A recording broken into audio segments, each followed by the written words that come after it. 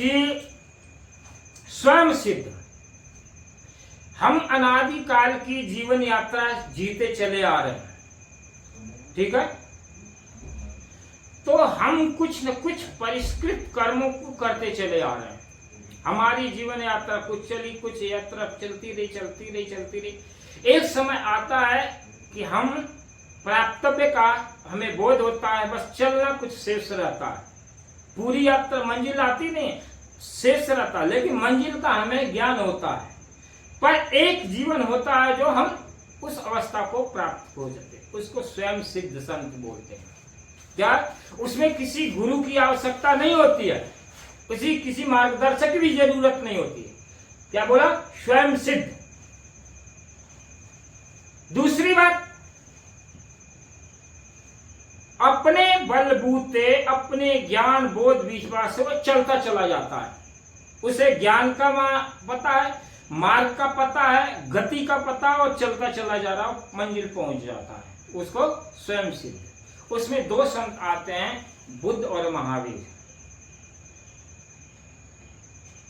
दूसरे प्रकार के साधन सिद्ध होते हैं, जो साधना करते हैं और साधना करते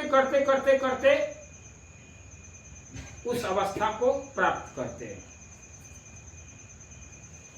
और तीसरा होता है कृपा सिद्ध।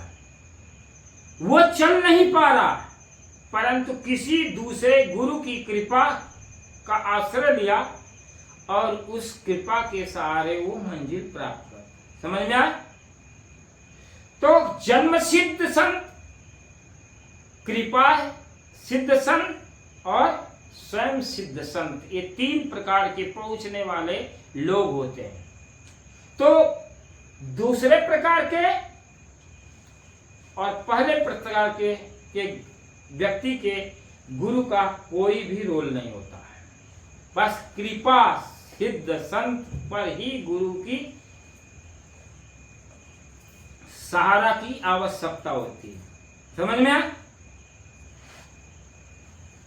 अब हमारी बात है कि गुरु परंपरा का मतलब ये नहीं है कि हम किसी व्यक्ति से जुड़े।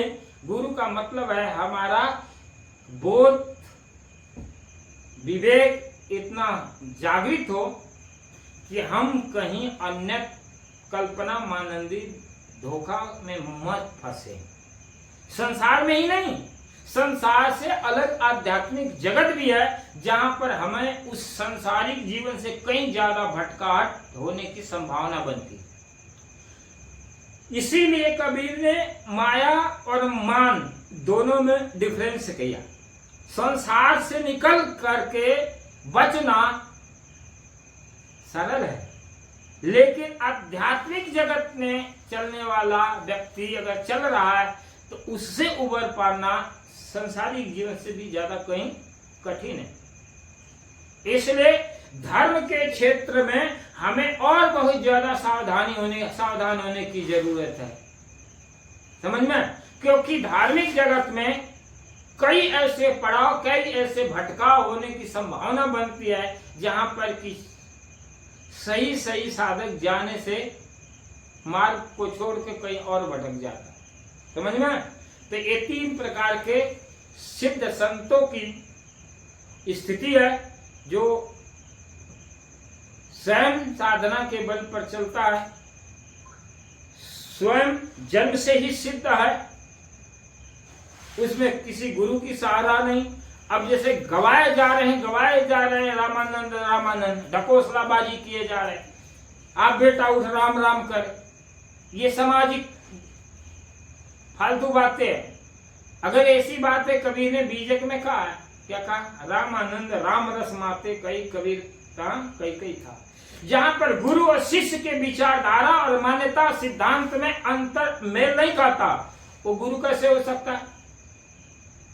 वो एक सबगुण उपासक मूर्ति का और कबीर निर्गुणी धारा आत्मवादी संत, तो उनके सिद्धांत डिफरेंस है। सिद्धांत गुरु तब होते जब रामानंद का सिद्धांत और कबीर का सिद्धांत दोनों मैच खाता। उनकी भेष परंपरा, रामानंद की भेष परंपरा मेल खाता, लेकिन उनका तो कुछ भी मेल नहीं खा रहा। तो गुरु कैसे? जो गुरु जिस मार्ग पर चलता, चेला भी उस मार्ग पर, तभी तो गुरु शिष्य संबंध है। गुरु कहीं और जा रहा, चेला कहीं और, कहाँ गुरु शिष्य हुए भाई? हैं? वो भी 16 साल 15-16 साल की उम्र में एक संत सिद्धांत निर्मित किया। विचारों में समानता तो स्वामी विवेकानंद और रामकृष्ण परमहंस में भी नहीं थी, लेकिन फिर भी दुनिया उनको उनका गुरु मानती है। तुम्हें अभी रामकृष्ण परमहंस के बारे में नहीं पता है। शुरुआती जीवन यात्रा पर पूर्णता के मापदंड को नहीं तौला जा सकता। तुमको क्या पता कि सिद्धांत में डिफरेंस थे? उस समय थे शुरुआती दौर पर, जब तक काली के गुलाम थे, काली की आसक्ति में फंसा हुआ था। लेकिन तोतारामपुरी के मिलने के बाद में तुमने उसका इतिहास देखा, पूरा आमूलचूल जीवन बदल गया। न काली बची है, वहां गुरु कृपा सिद्ध संत हुए। कौन? रामकृष्ण परमहंस। उसमें तोतारामपुरी का कृपा हुआ और उसके बाद काली विदा हो गई उसके जीवन में। और वो राजयोग का ज्ञान विवेकानंद को दिया। तो एक अवस्था थी जो कभी काली की भक्ति किया करते थे, लेकिन तोतारामपुरी के मिलने के बाद फिर उनकी सगुण भक्ति खत्म हो चुकी है। वो फिर एक अलग मार्ग का चयन कर ली। समझना? कहीं तोतारामपुरी का इतिहास तो नहीं मिलता कि वो काली का भगत थे, फिर काली के भगत रामकृष्ण परमहंस हुए, फिर उसके भगत ये हुए।